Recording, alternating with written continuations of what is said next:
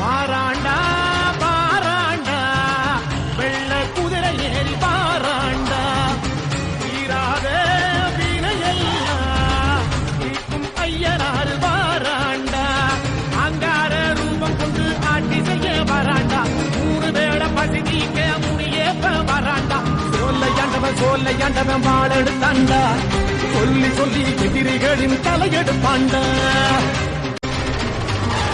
பயம் வெடி வெடிக்க கடல் நீர் கொதி கொதிக்க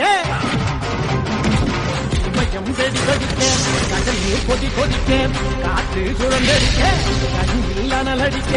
1 கோடி வீரம் கொண்டு ஒத்தகர வராண்டா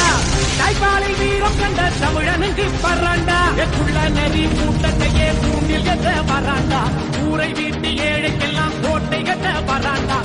பாராண்டா